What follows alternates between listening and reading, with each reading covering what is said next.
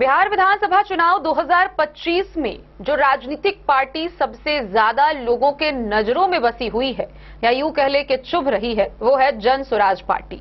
सबकी नजर इस बात पे ही टिकी हुई है कि जन स्वराज पार्टी किस विधानसभा क्षेत्र से किस प्रत्याशी को खड़ा कर रही है। कहीं जन स्वराज पार्टी के आलोचना की जा रही है तो कहीं जन स्वराज पार्टी को लेकर लोगों में एक नई उम्मीद जगी है कि बिहार में जन स्वराज पार्टी से ही बदलाव संभव है। इसी कड़ी में जन स्वराज पार्टी के द्वारा अलग अलग विधानसभा क्षेत्र में अपने प्रत्याशियों की घोषणा जारी है। मधुबनी जिला के हरलाखी विधानसभा क्षेत्र से मधवापुर के पूर्व प्रमुख रत्नेश्वर ठाकुर को जन स्वराज पार्टी ने सिंबल प्रदान किया है। मधवापुर प्रखंड के पूर्व प्रमुख रत्नेश्वर ठाकुर ने मंगलवार को जनसुराज के सूत्रधार प्रशांत किशोर से हरलाखी विधानसभा क्षेत्र से विधायक प्रत्याशी के रूप में चुनाव लड़ने के लिए सिंबल प्राप्त किया। पार्टी के संस्थापक का हौसला बुलंद करते हुए चुनाव जीतने की बात कही। उन्होंने कहा कि वे जीतने से पहले और जीतने के बाद भी जनता के बीच बने रहे।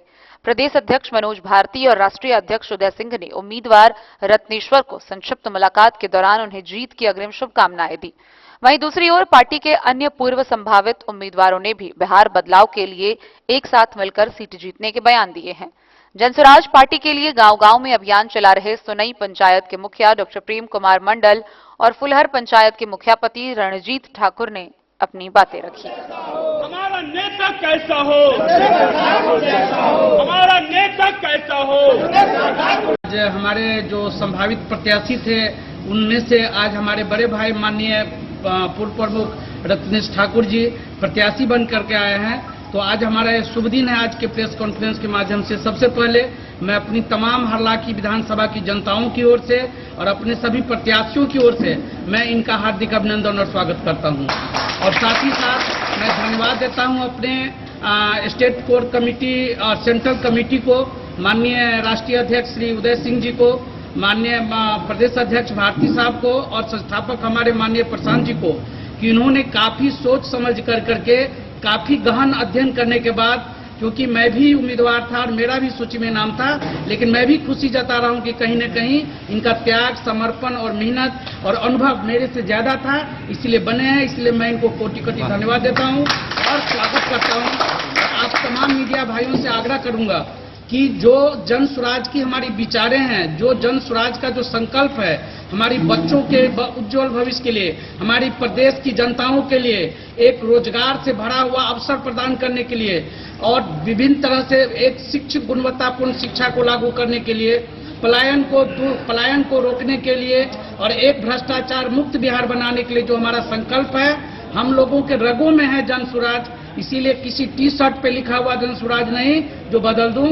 इसलिए टिकट मिले नहीं मिले, तन मन धन के साथ समर्पित होकर के हम लोग एक एक जनता तक पहुंचेंगे और निवेदन करना चाहेंगे आप लोगों को कि आप लोग भी जन स्वराज के विचारों के साथ, संकल्पों के साथ जुड़िए और किसी भी परिस्थिति में हमें हालांकि को जन स्वराज को जिताना है और जन स्वराज की सरकार को बनाना है। यही हमारा संकल्प है। और मैं पुनः फिर से आप तमाम शीर्ष नेतृत्व को धन्यवाद देता हूं और हम लोग काफी संतुष्ट हैं। ऐसा कुछ नहीं कि हमें नहीं मिला तो जन स्वराज खराब है।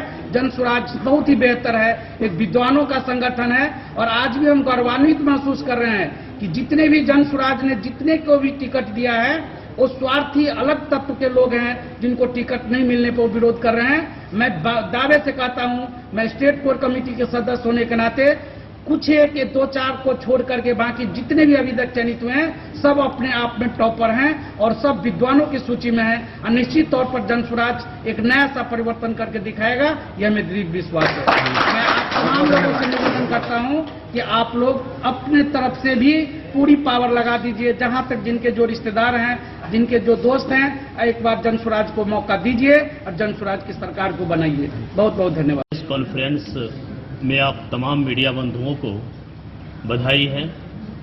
आप लोगों ने काफी त्याग, समर्पण के साथ अभी यहाँ पहुँचे हैं और हम लोग सारे के सारे लोग हरलाखी के जन स्वराजी हैं। अभी हमारे डॉक्टर साहब बता रहे थे कि हम लोगों की रगों में जन स्वराज है। वास्तव में इस राज्य की माताओं को हमने रोते हुए देखा है, यहाँ के बेटों को पलायन होते हम लोगों ने देखा है, यहाँ की बच्चों को प्रतिभा होते हुए भी शिक्षा समुचित नहीं मिलना हम लोगों ने देखा है। यहाँ की बेटियों को अपमान हम लोगों ने देखा है।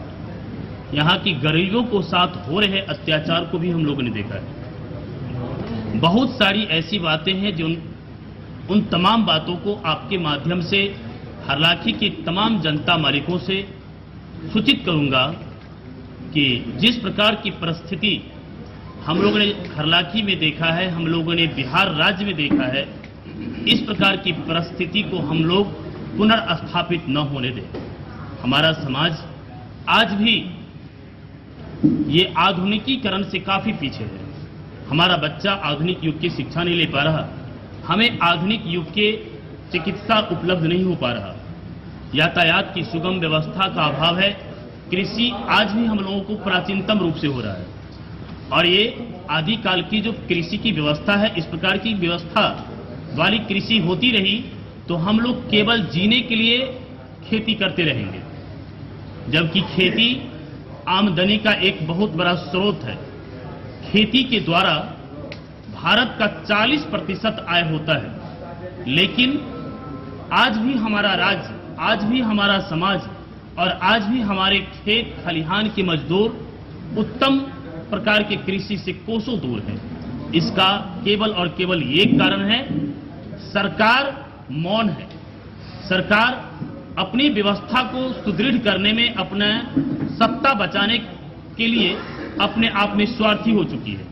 इसलिए मैं आप तमाम लोगों के माध्यम से बता दूंगा और यहाँ के हरलाखी के जनता मालिकों से आग्रह करूंगा कि आपको अपने बच्चों की शिक्षा में सुधार लानी है तो जनसुराज जिन्हें चुना है, जनसुराज के शीर्ष नेतृत्व आदरणीय श्री रत्नेश्वर ठाकुर जी को चुना है। इसलिए हम लोगों को भी श्री रत्नेश्वर ठाकुर जी को चुन करके बिहार राज्य में भेजना चाहिए। जनसुराज के सरकार बनाने में इनकी अहम भूमिका रहेगी।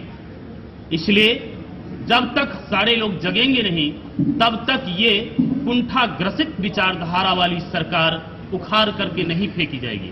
आप तमाम लोगों की सहयोग की आवश्यकता है। इसी प्रकार से जब तक सारे लोगों की सहयोग नहीं होता है, तब तक इस प्रकार की कुंठाग्रसित सरकार को उखाड़ करके फेंकने में हम लोग विफल हो जाएंगे। एक साथ हम लोगों को एकत्रित होना है, तब ये सरकार जाकर के हटेगी और व्यवस्थित सरकार जनसुराज की बनेगी।